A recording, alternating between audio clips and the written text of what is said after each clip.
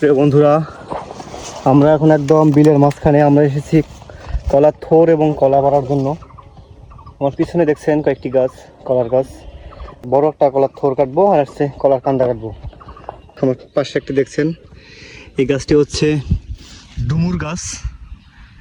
ডুমুরও আছে দেখি, এটুকু খাওয়া যায়, অনেক ভালো লাগে তরকারি খেতে। এগুলো হচ্ছে সবজি, আমাদের দেশীয় সবজি, অনেক ভালো।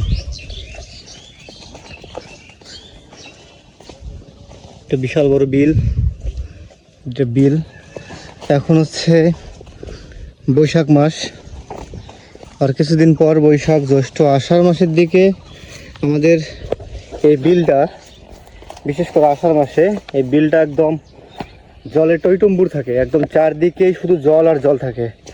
আমরা কত মাছ ধরছি এই বিলে, তবে এখনও জল আছে। দেখুন এই ধানগুলো একদম জলের নিচে, ধরতে গেলে ডুবে গেছে। আর দুই একদিন থাকলে বোধ হয় ধানগুলো নষ্ট হয়ে যেতে পারে, নষ্ট হয়ে যাবে। দেখুন ধানগুলোর অবস্থা, পাকা ধান, একদম পাকা ধান। আমরা সবচেয়ে বড় যেটা কলার কান্দা বলে সেটা আমরা পারবো, এবং কয়েকটি কলার থোরও নেব। তবে এগুলো হচ্ছে আমাদের দেশি কলা কিছু, যেমন এই থোরটা।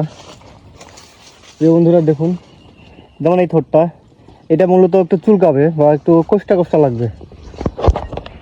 লাগবে, এটা একটু কলা আছে।